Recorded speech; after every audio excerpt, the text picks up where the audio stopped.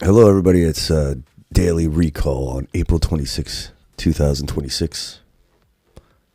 I'm Tom Stoukas coming to you from Sarnia, Ontario.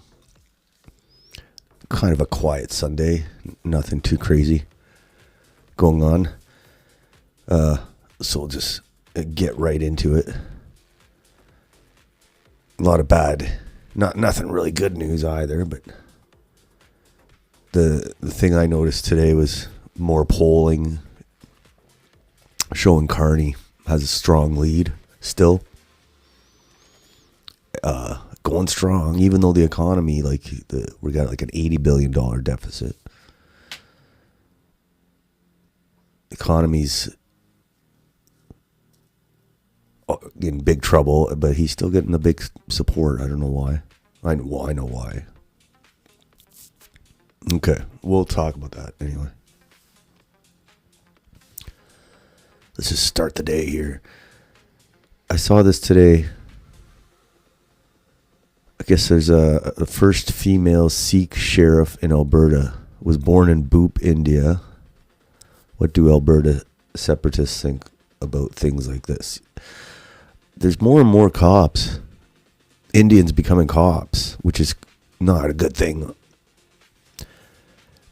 Like, not just Indians, but foreign-born people being brought into the police department, and they're going to say, "Oh,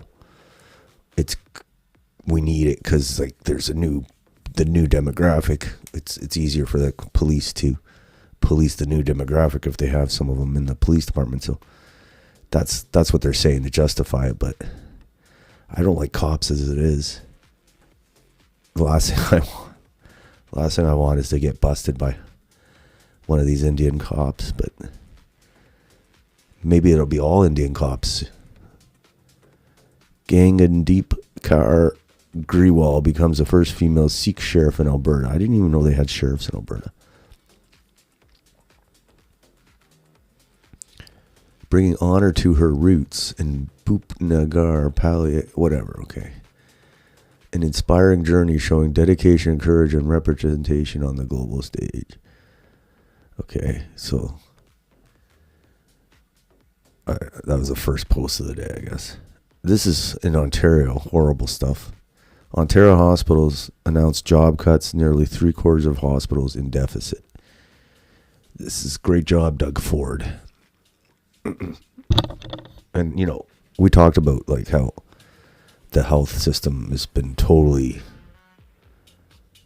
overstressed because of all the people, hundreds of thousands people coming each year to Ontario. And Doug Ford was bragging about, last year alone or something, 800,000 people came to Ontario. And he's bragging about it, but it's they're going to take up homes, they're going to take up doctors, they're going to take up school spots. And now we're seeing the results. And I know they're going to say, you can't blame it all on immigration, and you can't. I'm sure there's lots of executives taking lots of bonuses and big salaries. But it's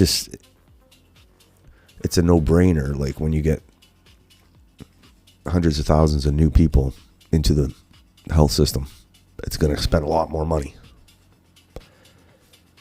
So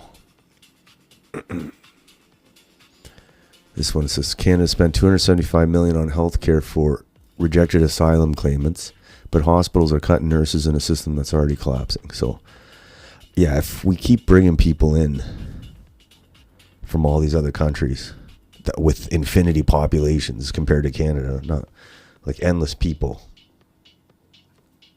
we're going to be spending our whole healthcare system on them. It's horrible. Doug Ford's Ontario.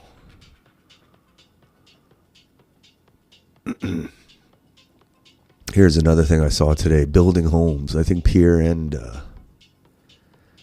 Carney are talking about building homes. And I hate it when politicians talk about building homes because it's not really their job to build homes. And also, I don't think we have a home building problem because you'll see this summer when you drive around city to city, they're building lots of homes. They're building lots of homes. I seen in Sarnia here, they got a whole farmer's field full of homes in no time. But a lot of the homes people can't afford. At least I know people around here. And, I don't think that's the problem, building homes. They want to build homes because they keep bringing in hundreds of thousands of new people each year after bringing in millions over the last few years. That's why they want to build homes. So I hate when they do these things. Let's read this post. Pierre Poliev. Canada's building homes. So he's attacking, I'm assuming he's attacking Carney for not building enough homes or not allowing enough home building to take place. So this is what Pierre says. Canada's building homes at less than half the rate needed to make them affordable. All the Carney Liberal photo ops are just an illusion. Youth are locked out of home ownership and existing homeowners can't keep up with rising mortgage costs. Get government out of the way, let builders build, and help Canadians afford a good home. There's Pierre. He doesn't say anything about the millions of people that let in and, they take up a place to live. It's supply and demand. It's not rocket science, but he'll never mention that. Like even in like a city like Sarnia, if you get like 500 people, they take up, I don't know, 5 persons per house. So it's like, it's like 100 houses taken up in Sarnia. I mean, that's pretty significant. And I'm sure there's more than 500 people coming. We're getting a lot of people from like Toronto, GTA, because, the house prices compared to Toronto are still a lot lower. But yeah, they just want to build more houses. Like the Liberals want to do these, like, rack them and stack them apartments because they're going to keep bringing in people, and they're going to put us in them. We're going to be living in a Soviet-style shoebox. Nick Grenier says, Canada needs remigration more than it needs more homes. That's what I've been saying. Every time I hear a politician saying, we need to build more homes, or we need to get the government out of the way to build more homes, it's like, I see plenty of building going on. But there's this disconnect with housing and the price of housing. We treat it as like a business instead of like a basic need. So like it's real estate, basically a real estate speculation based economy instead of a productive economy. So that's what I think about those housing announcements. Here's the next one. Ending birthright citizenship should be a top priority of any right-wing Canadian government. It makes every temporary worker impossible to get rid of as soon as they have a child here. Yeah, that's another thing, Pierre. Like, we're never going to hear Mark Carney and the Liberals talk about birthright. Citizenship abuse. Unless they think it'll win them the election. That's the only way they'll talk about it. But this should be a no-brainer for Pierre. But he won't talk about it because we know why. Like on immigration, they're not much different, these two parties. But yeah, it's getting abused pretty bad. Because like I think some of these students too, they come here and they start families here. So because they know it's a lot easier to stay. Birthright citizenship. All right, next. This is crazy. This is kind of a running theme on the show is the young offenders. What's it called now? It used to be called the Young Offenders Act, but now it's called something like the Youth Criminal. I can't remember the name. We'll see. But basically,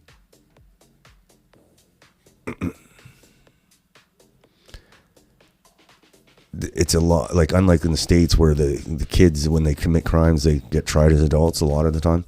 In Canada, they're shielded, like their names, their records, very minimal punishment. Like I think they can't even do more than 3 years. Or something. Anyway, like they literally get away with murder. And the reason they had the Young Offenders Act is because like the idea was back in the day, kids shouldn't have his life ruined, you know, if he did something dumb or stole some stuff or vandalized something or, you know, did something dumb like kids do. That's what the Young Offenders Act was designed for. Now these guys are shooting each other, shooting people, and like remember the whole grandma got killed in the supermarket parking lot. The other grandma killed while she was gardening. And they were young offenders, both of them. And here it is in Timmins. I don't know what the hell's... You don't really hear this going on in Timmins. It says youth charged with second-degree murder in Timmins shooting. And I guess he's from Toronto. It's like, what's he doing in Timmins? 17-year-old from Toronto has been arrested after allegedly fatally shooting a person in March. Okay, so the youth was taken into custody in Cochrane with assistance from police and remains in custody. All right. So, yeah, that's another thing we got to change is the youth, whatever. I can't remember what the name is again. They got to change that because it's one thing to, you know, not ruin their life over a small crime or a mistake. But I think once you start shooting people, that young offender stuff goes out the window. These guys, and a lot of gangs, they'll use the young offenders. Like they game the system. They know if they use certain young offenders, young like under 18 teenagers, that they won't get punished as much. Who knows? Canada needs to start treating these underage thugs the same as adults. It's getting ridiculous, especially with the violent crimes like the cold-blooded murder, assaults, all this. Like, that's another thing Pierre could say. Okay. So yeah. Teenagers now, they'll kill you. They will. And they're the worst to give a gun to. But we protect them. We got to treat them with kid gloves. All right, here's Pierre Poilievre again. This is another post of his on housing. He says, we have the most dirt to build on, the least homes per capita, and the most expensive housing among G7 countries. Here's why and how we have to fix it. Let's see if he mentions immigration. I'm sure he will.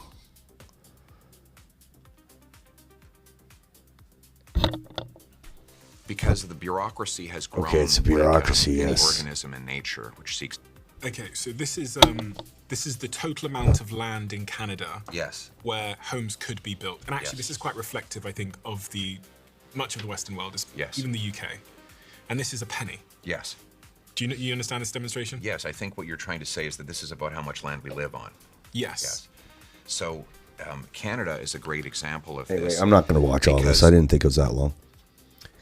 He's not going to talk. He doesn't talk about mass immigration. He just says he's going to give one of his little video lectures. He never mentions mass immigration, though. It's always a government red tape and we'll let them build.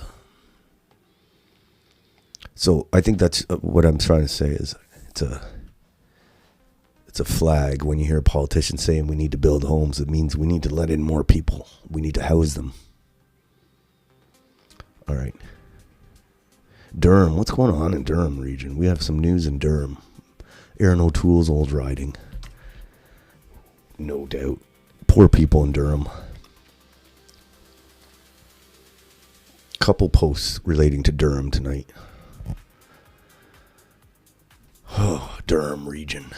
It's all gone. See, the GTA's done. Now it's going out, spreading out. You got Durham region in the east, and Kitchener in southwest. It's going to shit. Look at this. Squeal on your neighbor posters in Ontario. I wouldn't trust anyone who thinks this is a good idea. This is social conditioning in a far right or far left society where government power has gotten out of control. If you're okay with this, you need a history book. All right. She's referring to this. Flyer distributed in our area. The degree of control tyrants require can't be achieved apart from recruiting citizens via fear campaigns. Once the government is committed to the principle of silence the voice of opposition, it only has... I don't know what it is. Anyway, this is what they're saying, handing out. If this is legit, it looks pretty legit. Reporting hate matters. Canadian Race Relations Foundation. So, I can't play an emergency call 911. Look at this. Online hate. Save evidence. Screenshots. Don't share harmful content online. Use platform reporting tools and share evidence with police services if necessary. This is all just what we need is flood the police station with calls on Facebook posts. Community-based hate reporting program. Launching in early 2026. This is all tax dollars, I'm sure, paying for all this. Launching in early 2026 and developed with victim services of Durham region, this program offers multiple ways to report: phone, mobile, online. Safe, confidential, trauma-informed support. Culturally responsive resources, of course, culturally responsive. Emotional and mental health services. Oh my God. So basically all other people complaining about Indians are going to get ratted on now. They're going to get reported on. In Durham region.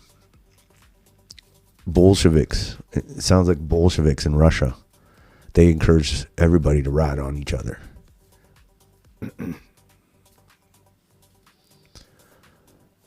Durham region. I don't know what's going on up there. That stuff wouldn't fly here in Sarnia, I don't think. We don't like rats down here. All right, now closer to home, London, Ontario. I went to university in London, and I live right downtown, and it was awesome. Didn't have no problems. Maybe I was lucky. Maybe. But apparently it's gone to shit, and it's in rough shape. A lot of drug addicts, homeless. I don't know about the ethnic makeup because I don't live in London, but I'm sure there's tons of flooding of immigrants to London. It was a nice Victorian city. Very Victorian. This is a post about some lady went to West Masonville Mall in London. Masonville's the nicest mall. It's a big mall. It's a nice mall. As I was walking, I saw a guy in a ski mask walk into Lululemon and empty an entire rack of jackets into a bag and walk out. Immediately after, a woman did the same.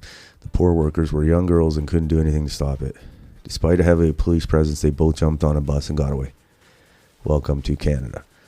So, I'm pretty sure she's got 145,000 followers. I'm pretty sure sounds pretty legit, but assuming it is legit that this happened, because I'm a little shocked, because Masonville's kind of a classy mall compared to the other malls. Oh, well, I haven't been there in a while, I guess, so maybe it isn't, but it's the biggest mall in London, and that's the kind of stuff you see in Detroit or Oakland or Chicago. You know, people walking in and ripping off, stealing and running out. So if that's happening in London, it's a sign. It's a bad sign. The city council in London, I don't think they've done a very good job. I like this post because I lived through the 80s and 90s. How do other people who lived through the 80s and 90s stomach what's going on right now?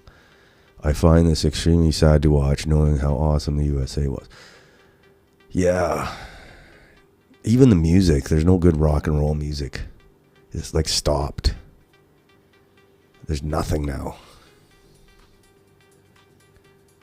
Okay. It is a daily struggle. All right.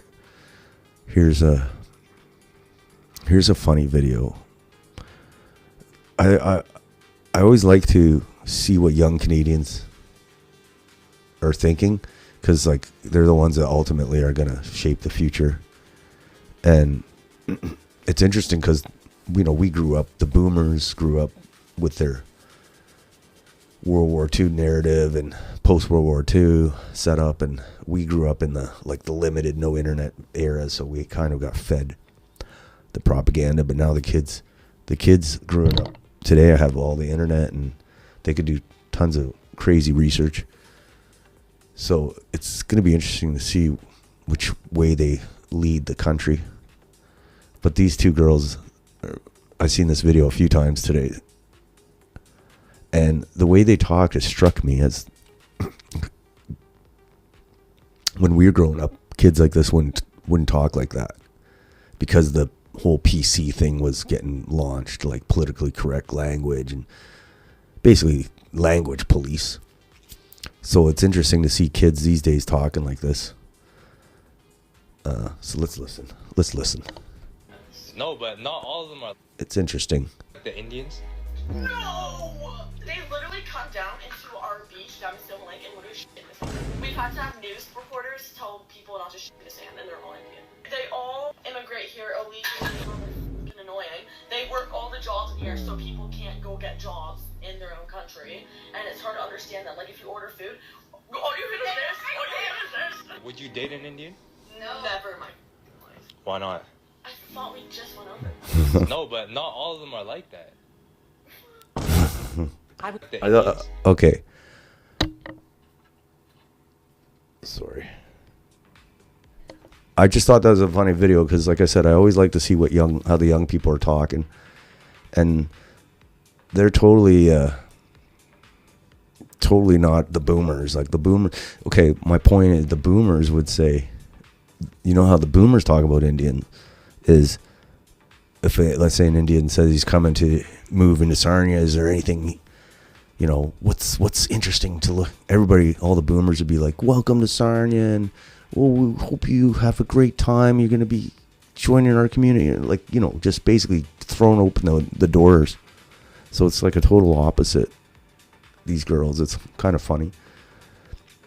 And who knows how many young Canadians are totally opposite from that boomer slop. that welcomes the endless stream of migrants. It's like they're more happy to see them than they would be like a young Canadian. It's weird. The children are the future. I'm sure they're not happy with the future they're facing, so I don't think they're worried about political correctness like we were. Because when we were growing up, if you weren't politically correct, you would wreck your career or your academic chances, whatever, anything. It wasn't official censorship, but it was the PC police were out in force. Okay. Here's about the build more homes argument. I saw this post. $1 million buys a castle in Austin, Texas. $3.8 million buys a teardown in Vancouver. This market isn't expensive, it's broken. So yeah. I mean, there's various reasons for it, but there's no, like, the market prices in Canada are, it's crazy. Like, I don't know what they've done to our economy. They let in tons of people. They probably get all sorts of fake bank mortgages. Fraudulent. They probably use real estate as like a money laundering, all these groups. Like different criminal groups. Like, so. And as long as the boomers have high property value, everybody's happy. All right. There's more housing. They're talking about housing. Mass deportations instead of building more homes Canadians can't afford. So this Mark Carney, through Build Canada Homes, we're building affordable homes at speed and at scale so your costs come down. Look at these guys.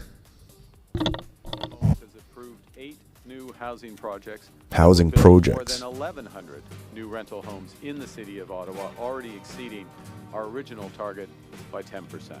Today's announcement is about families here in Ottawa finding a home that they can afford, about projects that will give workers opportunity to develop their skills, and about growing and strengthening the city for generations to come. All right. Like I said, all these building announcements and photo ops, they want to build homes because they want to keep bringing in millions of people. Rack them and stack them.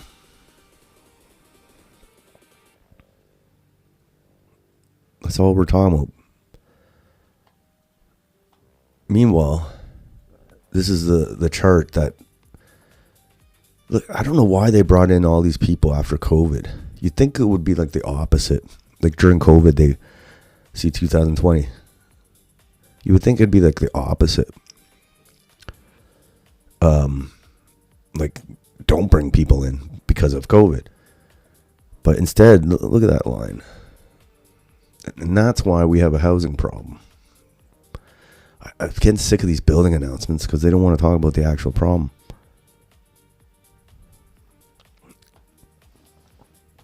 Okay. I'm going to say Grok. Why did Canada let in everybody after?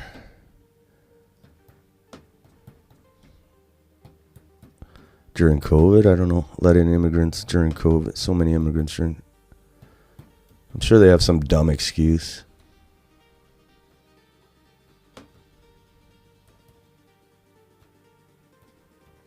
During COVID. I want to see what it says here. All right. Why did they let so many immigrants during COVID? Okay. Canada admitted far fewer immigrants in 2020 due to COVID border closures, but then sharply increased targets and admissions from 2021 onward to address a backlog, support economic recovery, and pursue long-term demographic and labor goals. So, horrible reasons. They said, oh, bringing in these million people will help us recover from COVID. Millions of people. Pursue long-term demographic and labor. What's...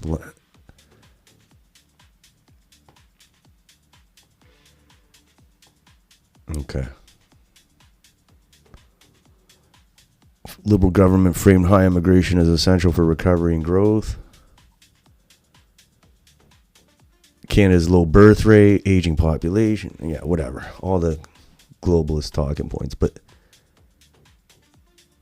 and then also to clear up the backlog from caused by COVID. These are all BS excuses. So yeah, that chart, that explains that chart. Destroying Canada. And speaking of more migrants, this is horrible. In Pickering, Durham, we're talking about Durham region again. First, what was the other one? The snitch line, the hate snitch line in Durham, and now you got this.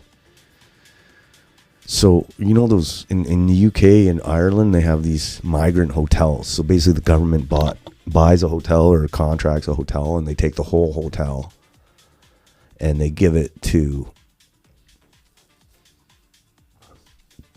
It's only migrants that stay there, no paying customers. And the people that live around these hotels, you know, they got to worry about their kids their daughters getting raped, or their women getting raped, or crime, or who knows what. And we haven't really seen that model here in Canada. It was more... they're just putting them up in hotels here and there. I'm talking about asylum seekers, the flood of asylum seekers. And now, I saw this today. The federal government has provided funding to the region of Durham to purchase a Comfort Inn hotel for $29 million in Pickering, Ontario. So the federal government has given $30 million almost to buy a hotel in Pickering. The funding is part of a $48 million federal initiative to house irregular asylum seekers in the region. I don't even know what's an irregular asylum seekers. Oh, the program is not for pre-approved asylum seekers, but for people who randomly show up in Canada hoping to have their claim approved. So you randomly show up in Canada, and now you're going to have a hotel, the Comfort Inn, no less. On top of the purchase price, room costs per day are $140 a day, and food costs are $84 a day. So I'm thinking $140 a day there for staff and maintenance and doing the laundry and all that crap. Room service. They got to feed them too. So the Welcome Center will house up to 250 claimants at a time. Other items such as diapers, toiletries, diapers, etc. will be provided as needed. Future day-to-day operational costs are unclear. So look at that. That's crazy. Durham Reception Center. That's what they're calling it. Oh my God. Could you imagine if you lived by this? I wonder if they'll do this in Sarnia. We have a bunch of hotels on the outskirts of town.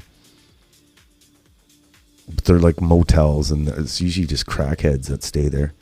Crackheads need a place to stay too. But I think for the refugees, they'll buy them a nice hotel in Sarnia. Like maybe a Comfort Inn as well. That's horrible. But it's been a source of a lot of tension in the UK. These migrant hotels. And here Pickering's going to have a migrant hotel. Aaron O'Toole's riding. Jamel Giovanni now. I want to see what people are saying about this. Okay.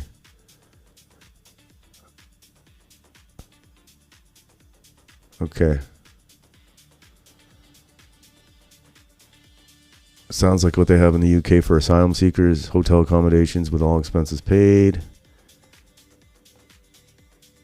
Okay. Of course, Doug Ford has no problem with this. Okay. So, anyway, that's Pickering. But, I mean, would you want to live next to a migrant hotel? Or, you know, can you imagine what your house value would be if it was in the same neighborhood?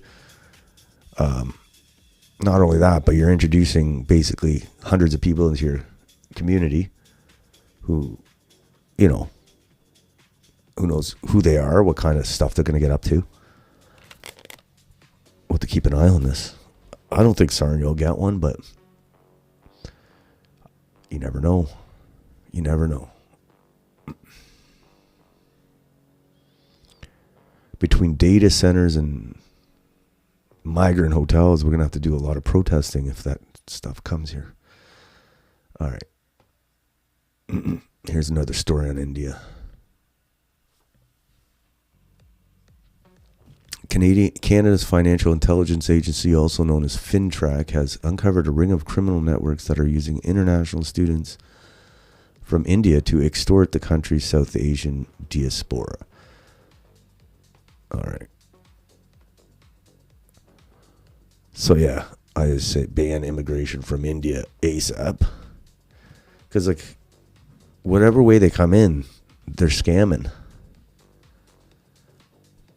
Enough is enough. We're going to read an article. That one's locked, but I'll read this. Here's some old bad news.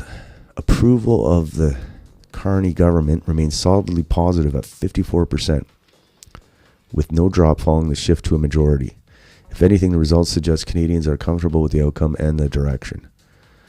Yeah, Canada's got big problems. This is all thanks. Great job here. He's more popular than ever now, thanks to you. Yeah, we got an $80 billion deficit. The cities look like shitholes, but he's more popular now than when he started. Because he's got all the immigrant vote. He's got like all that locked up. They love him. He's got the boomers. They love him. He's got the elbows up crowd. He's got the red Tory progressive conservative crowd. Like, we got big problems here in Canada. Got to get those young people voting. So,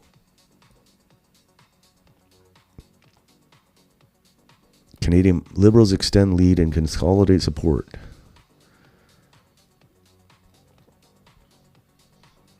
So, Pierre's still around though. We'll see how his position, how safe his position is. Okay, here's that article I wanted. Gangs using Indian international students as money mules in Canada's extortion crimes, new report finds. All right, let's read what this is. Again, Indian students, like, they're all fake, the Indian students. They're not coming here to be students. They're coming here to immigrate. The whole student thing is just a immigration process. But not only that, but some of them are being used for this. Okay. The Bishni gang, it's an Indian gang, may not be the only criminal organization involved in extortion crimes in Canada, according to a new federal report. The report from FinTrack also states that international students from India facing financial pressure are being used as money mules in extortion crimes. Well, I don't know what a money mule is. Let's see.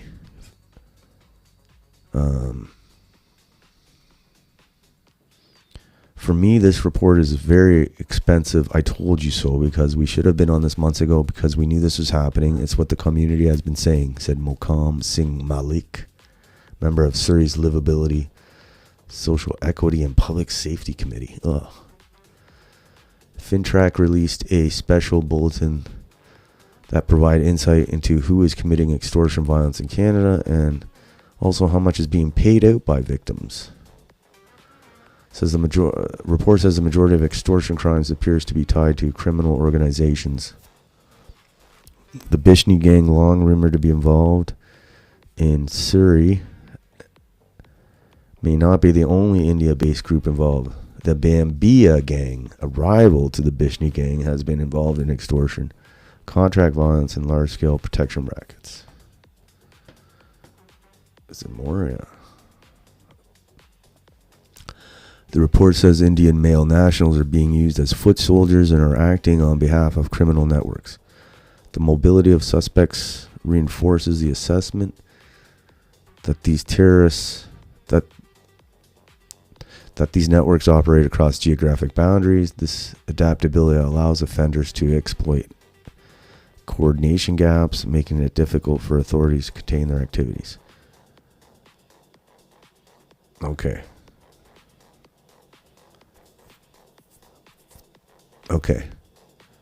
Targets of extortion threats are typically contacted through calls or messages anonymously, and large payments demanded if the individual doesn't comply. Gunfire at their home or business follows.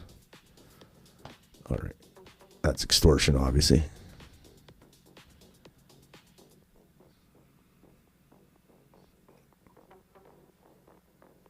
Okay. Anyway. So, yeah, these international students, it's bad enough they're coming here as fake students, but some of them are part of these gangs, not just the one gang, but multiple gangs. So that's the only solution. Ban immigration from India. Okay. This is an interesting video about some Fox News analysts. And, like, I don't know who this guy is, but what's his name? Payne? Something Payne? But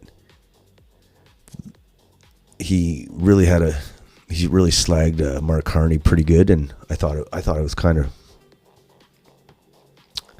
he kind of described the situation in Canada very well. So let's kind of listen to what he says here. We're in big trouble here. There's no real business opportunities there. He's talking about Canada, this guy. Canadian people don't vote for this guy. And Mark Carney is the most elite of elitists out there. This guy is not a man of the people at all. He's the ultimate elitist. And be careful, because he put out a message and he conflated, hey, Trump is the biggest threat we've had, in his lifetime. Thinking about all the things that have threatened humankind in his lifetime. So it's hyperbolic. But then he started bragging about the economy, the liberal economy.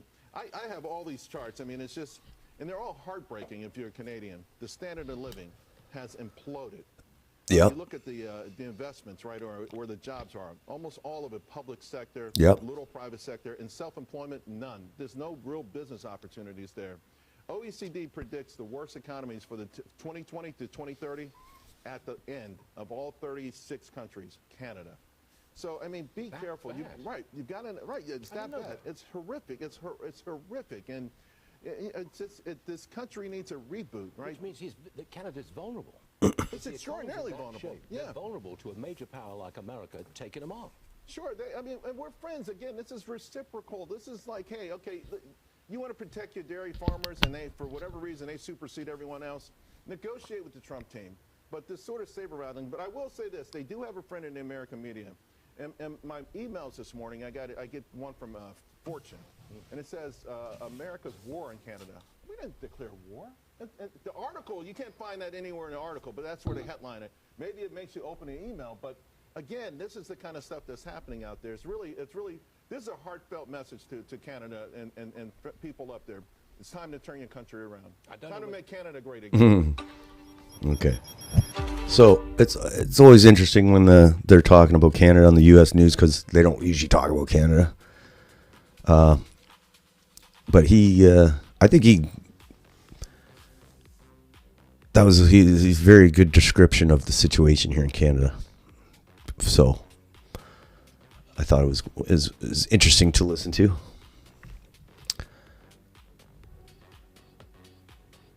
And it's like, how are people happy with this guy? And like I said, it's that group of people, the vote, like that vote a lot, the immigrant vote, the boomer vote, the elbows up vote, the LGBTQ whatever vote, all those. And they want they love it that the government's paying for all the dental, paying for all the social benefits for whoever comes in the door. Gonna put us on UBI, give us our grocery credit. Like, that's where we're headed. That's where we're headed until they kill us. They'll give us UBI until they decide we're or MAID, UBI or MAID. Yikes. All right, so there's the poll again. Liberals lead by 9 points with approval holding at 54%. No evidence of backlash. And Carney's personal numbers continue to drive the coalition. So the coalition, I said about all the different types of voters that like Carney. They love the guy. They won't love him when he starts killing you. Okay. By then it'll be too late. So yeah. Great job here. Great job. All right. I don't even know what day it is. Like, we're almost into May, thankfully. Hopefully the weather gets better. So, I'm just going to look at the calendar here.